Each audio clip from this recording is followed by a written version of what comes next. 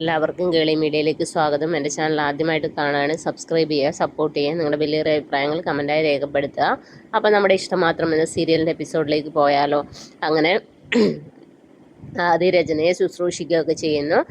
നല്ല കാര്യങ്ങളൊക്കെ വെള്ളം ചൂടുവെള്ളം ഒക്കെ എടുത്തു കൊടുക്കുന്നു. അപ്പോൾ ആദ്യ രചനയോട് പറയുന്നു, മമ്മി ഡാഡി ഇട്ടിട്ട് വന്നതുകൊണ്ടല്ലേ ഇങ്ങനെയൊക്കെ സംഭവിച്ചത്, അന്ന് മമ്മി എന്തിനാണ് ഇങ്ങനെയൊക്കെ വന്നത് എന്നുള്ള ക്വസ്റ്റ്യനുമായിട്ട് ആദ്യം നിൽക്കുകയാണ്.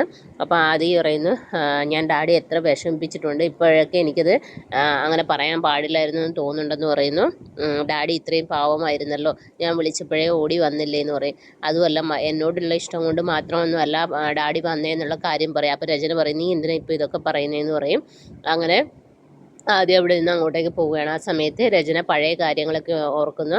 തൻ്റെ ബർത്ത്ഡേക്ക് പിന്നെ മഹേഷ് ഒരുക്കിയ എന്താ പറയുക അടിപൊളി മുഹൂർത്തങ്ങളും, പിന്നെ അതുപോലെ പിന്നീട് ബർത്ത്ഡേക്ക് ഒരു സാരി കൊടുക്കുമ്പോൾ അത് വലിച്ചെറിയുന്ന സീനും, ലാസ്റ്റ് അവളെ ഇറക്കി വിടുന്ന സീനൊക്കെ അവളിങ്ങനെ ഓർക്കുകയാണ്. അന്നത്തെ പശ്ചാത്താപബോധത്തിൽ ഇങ്ങനെ ഓർത്ത് ഓരോ കാര്യങ്ങൾ ചെയ്ത സമയത്താണ് മനസ്സിന് നമ്മുടെ ആശുവിനോട് പറയണു, മഹേഷ് ഇഷിതയെ ഇട്ടിട്ട് പോകും, നിനക്കത് കാണാം, കണ്ടോ, രചനയെ ഇനി അവൻ നോക്കേണ്ടി വരും, അവൾക്ക് ചിലവിന് കൊടുക്കേണ്ടി വരും. രചന മഹേഷിനെ വീണ്ടും തട്ടിയെടുക്കും, നിൻ്റെ അനിയത്തി ഒന്നുമില്ലാതെ തണ്ടി നടക്കും എന്നുള്ള കാര്യങ്ങളൊക്കെ പറയുന്നു. അപ്പോൾ ആശു പറയുന്നു, എന്നെങ്കിലും ഒരിക്കലും അവൾ അമ്മയാകും എന്നൊക്കെ പറയുന്നു. അപ്പോൾ നമ്മുടെ മനസ്സിന് പറയും, ഒരിക്കലും നടക്കാത്ത കാര്യം എന്നും പറഞ്ഞ് ഇങ്ങനെ നമ്മുടെ ഇഷിതയെ കുറ്റം പറഞ്ഞുകൊണ്ടിരിക്കുകയാണ്. ഇതൊക്കെ മാധവ് അപ്പുറത്ത് നിന്ന് കേൾക്കുന്നുണ്ട്. ഇതേ സമയത്താണ് നമ്മുടെ പിന്നെ മഹേഷ് ആണെങ്കിൽ നമ്മുടെ ആകാശ് മേനോനെ വിളിക്കുന്നിട്ട് പറയും, ഹലോ വെൽവിഷർ എന്ന് പറഞ്ഞിട്ട് ഇങ്ങനെ തുടങ്ങുകയാണ്. അങ്ങനെ ഇഷിതയെ പറ്റി നല്ല നല്ല കാര്യങ്ങളൊക്കെ ഇങ്ങനെ പറയുകയാണ്. അപ്പോൾ ഇഷിത അവിടെ നിന്ന് കേൾക്കുകയാണ്. അപ്പോൾ ഇഷിതയ്ക്ക് വളരെ സന്തോഷമാവുന്നു.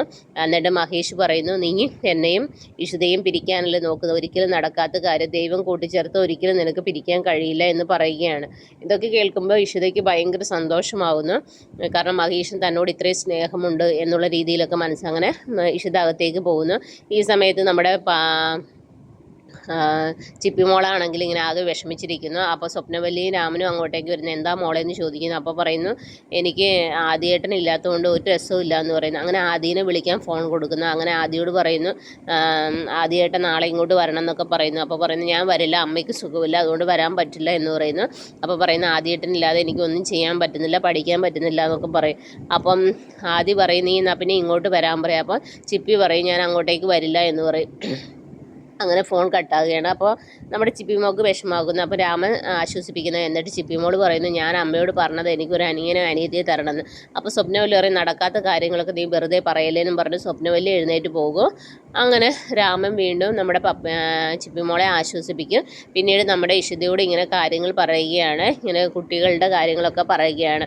ഇതേ സമയത്താണെങ്കിൽ നമ്മുടെ ഇഷിതയുടെ വീട്ടിലാണെങ്കിൽ അവരൊക്കെ പറയുന്നു, പിന്നെ രജനിയും മഹേഷ് ഇപ്പോൾ അടുത്തിട്ടുണ്ട്, ലാസ്റ്റ് നമ്മുടെ മകൾ ഇവിടെ തന്നെ വന്ന് നിൽക്കേണ്ടി വരും എന്നുള്ള രീതിയിലൊക്കെ അവരിങ്ങനെ ഓരോന്നൊക്കെ സംസാരിക്കുകയാണ്. ഭയങ്കര വിഷമത്തോടെ സംസാരിക്കുകയാണ്. ഇതേ സമയത്താണെങ്കിൽ നമ്മുടെ ആകാശ് മേനോൻ തൻ്റെ സ്വഭാവം മാറ്റി പിടിക്കുകയാണ്. അങ്ങനെ രചനയോട് സ്നേഹത്തോടെ ഇടപെടുന്നു, ഭയങ്കര കാര്യമായിട്ടൊക്കെ ഇടപെടുന്നു. ആ സമയത്ത് ആദ്യയോട് സ്നേഹത്തോടെ ഇടപെടുന്നു. അങ്ങനെ ആദ്യയുടെ തോളിൽ ആദ്യം അപ്പോൾ കൈയൊക്കെ തട്ടി മാറ്റി അങ്ങ് പോവുകയാണ്. പിന്നീട് നമ്മുടെ ഇഷിതയും മഹേഷും ഇരിക്കുന്ന സമയത്ത് മഹേഷിൻ്റെ ഫോണിലേക്ക് രചനയുടെ കോള് വരികയാണ്. അപ്പം ഇഷിത അത് കാണുന്നു. അപ്പം ഇഷിത പറയുന്നത് പതിവില്ലാത്തതാണല്ലോ, എന്താണെന്ന് പറയുന്നത്. അപ്പം മഹേഷ് ഇങ്ങനെ ഒന്നും സംഭവിക്കാത്ത പോലെ ഇങ്ങനെ ഇരിക്കുകയാണ്. ഇതൊക്കെയാണ് നാളത്തെ എപ്പിസോഡിലുള്ളത്. അപ്പോൾ എപ്പിസോഡിനെ എല്ലാവരും വെയിറ്റ് ചെയ്യുക. അപ്പോൾ okay, bye bye, thank you.